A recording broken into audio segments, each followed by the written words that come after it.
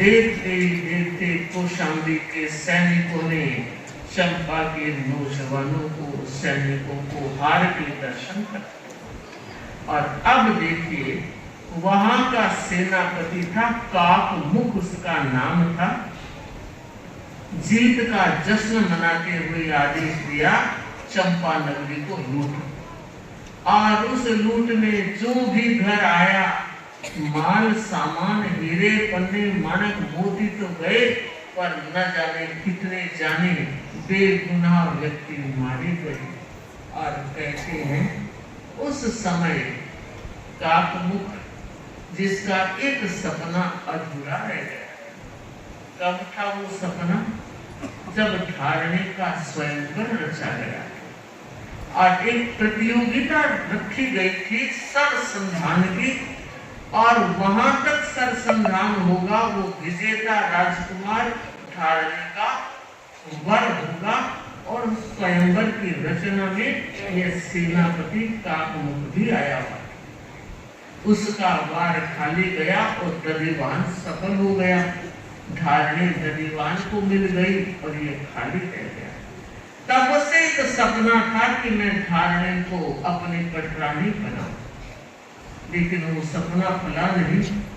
आज उसे लगा मौका है, राजा तो निकल गया, सारी चंपा हमारे अधीन है, हमारे वश में है, तो क्यों न मैं राजमहलों की ओर चलूं। और जब राजमहलों की ओर जा रहे हैं, माँ बेटी अपने कक्ष में उस सारे दृश्य को, संवाद को सुन रही है, देख रही है। तब माँ ने बेटी से कहा, महलों में बैठी माता देती है शिक्षा, तनुजा को देती है शिक्षा, तनुजा को दुख दिल में नहीं समाता, कहती है माता तनुजा को, कहती है माता तनुजा को।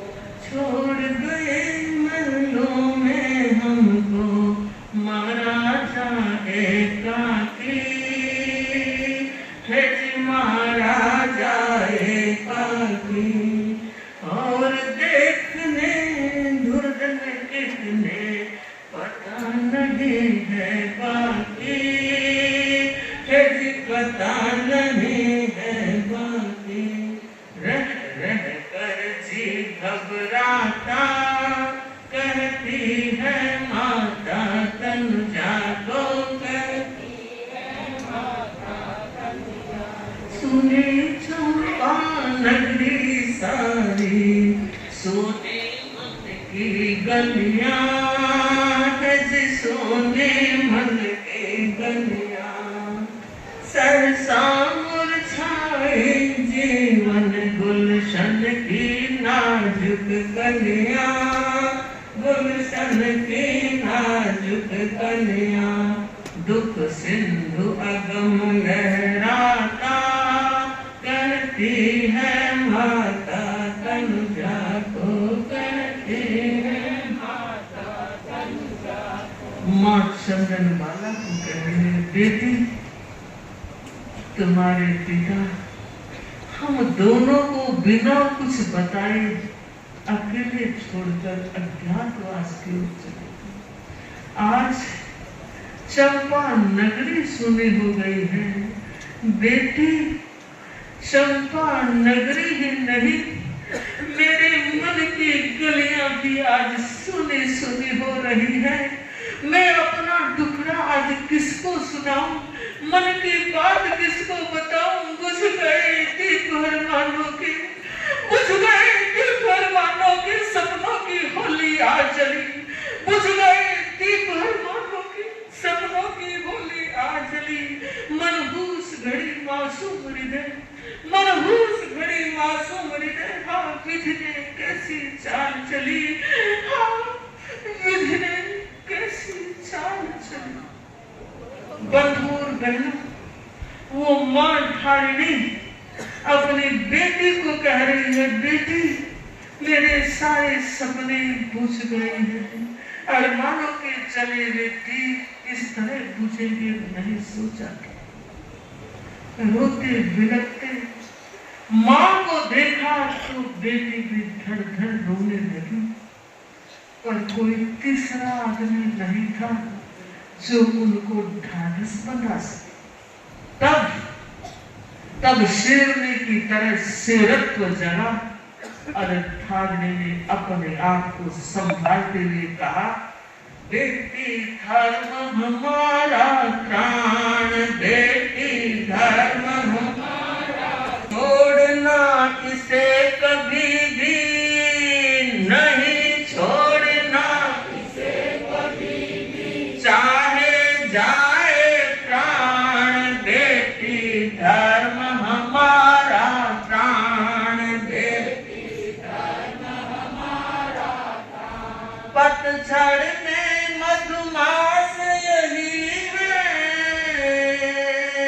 जीवन का विश्वास यही है, दुख में नव उल्लास यही है, तम में दिव्य प्रकाश यही, सदा धर्म में अविचल रह कर, सदा धर्म में अविचल रह कर, पाना पद निर्वाण, बेटी धर्म हमारा प्राण, बेटी धर्म हमारा प्राण।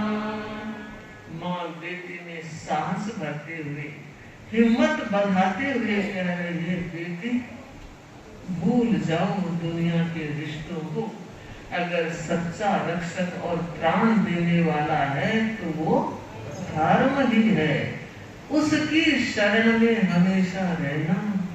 और बेटी कभी धर्म के पद से विचलित मत होना, यही जीवन है, यही मधुमास है, यही उल्लास है और यही जीवन का विश्वास।